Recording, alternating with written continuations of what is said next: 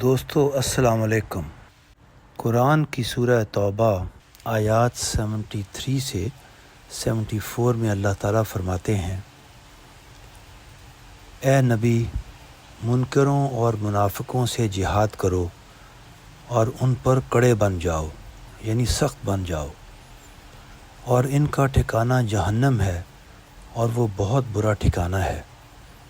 وہ خدا کی قسم کھاتے ہیں کہ انہوں نے نہیں کہا، حالانکہ انہوں نے کفر کی بات کہی اور وہ اسلام کے بعد منکر ہو گئے، اور انہوں نے وہ چاہا جو انہیں حاصل نہ ہو سکا، اور یہ صرف اس کا بدلہ تھا کہ ان کو اللہ اور رسول نے اپنے فضل سے غنی کر دیا۔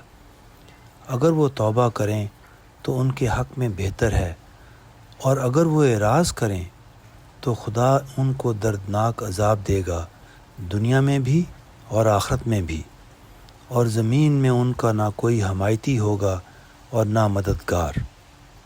دوستو، ان آیات کو مولانا وحید الدین خان صاحب تذکیر القرآن میں اس طرح ایکسپلین کرتے ہیں۔ وہ لکھتے ہیں، ایک روایت کے مطابق رسول اللہ صلی اللہ علیہ وسلم کے زمانے میں تقریباً 80 منافقین مدینہ میں موجود تھے۔ اس سے معلوم ہوا کہ منافقین سے جس جہاد کا حکم دیا گیا ہے وہ جنگ کے معنی میں نہیں ہے۔ اگر ایسا ہوتا تو آپ ان منافقین کا خاتمہ کرا دیتے۔ اس سے مراد دراصل وہ جہاد ہے جو زبان اور برتاؤ اور شدت احتساب کے ذریعے کیا جاتا ہے۔ چنانچہ جمہور امت کے نزدیک منافقین کے مقابلے میں جہاد بالسیف مشروع نہیں ہے۔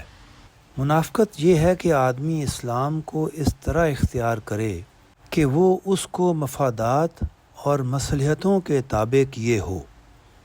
اس قسم کے لوگ جب دیکھتے ہیں کہ کچھ خدا کے بندے غیر مصلحت پرستانہ انداز میں اسلام کو اختیار کیے ہوئے ہیں اور اس کی طرف لوگوں کو دعوت دیتے ہیں، تو ایسا اسلام انہیں اپنے اسلام کو بے وقت ثابت کرتا ہوا نظر آتا ہے۔ ایسے دائیوں سے انہیں سخت نفرت ہو جاتی ہے۔ وہ ان کو اکھاڑنے کے درپے ہو جاتے ہیں۔ جس اسلام کے نام پر وہ اپنی تجارتیں قائم کرتے ہیں، اسی اسلام کے دائیوں کے وہ دشمن بن جاتے ہیں۔ منافقین کی یہ دشمنی سازش اور استہزاء کے انداز میں ظاہر ہوتی ہے۔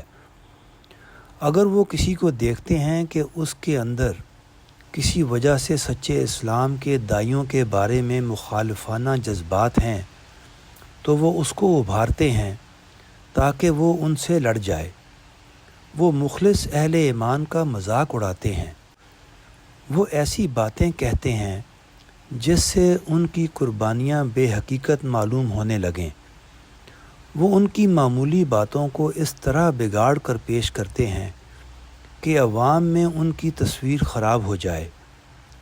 تبوک کے سفر میں ایک بار ایسا ہوا کہ ایک پڑاؤ کے مقام پر رسول اللہ صلی اللہ علیہ وسلم کی اونٹنی گم ہو گئی۔ کچھ مسلمان اس کو تلاش کرنے کے لیے نکلے۔ یہ بات منافقوں کو معلوم ہوئی تو انہوں نے مذاق اڑاتے ہوئے کہا، یہ صاحب ہم کو آسمان کی خبریں بتاتے ہیں، مگر ان کو اپنی اونٹنی کی خبر نہیں کہ وہ اس وقت کہاں ہے۔ منافق مسلمان سچے اسلام کے دائیوں کو ناکام کرنے کے لیے شیطان کے اعلیٰ کار بنتے ہیں، مگر سچے اسلام کے دائیوں کا مددگار ہمیشہ خدا ہوتا ہے۔ وہ منافقوں کی تمام سازشوں کے باوجود ان کو بچا لیتا ہے، اور منافقین کا انجام یہ ہوتا ہے کہ وہ اپنا جرم ثابت کر کے اس کے مستحق بنتے ہیں کہ ان کو دنیا میں بھی عذاب دیا جائے اور آخرت میں بھی۔ شکریہ۔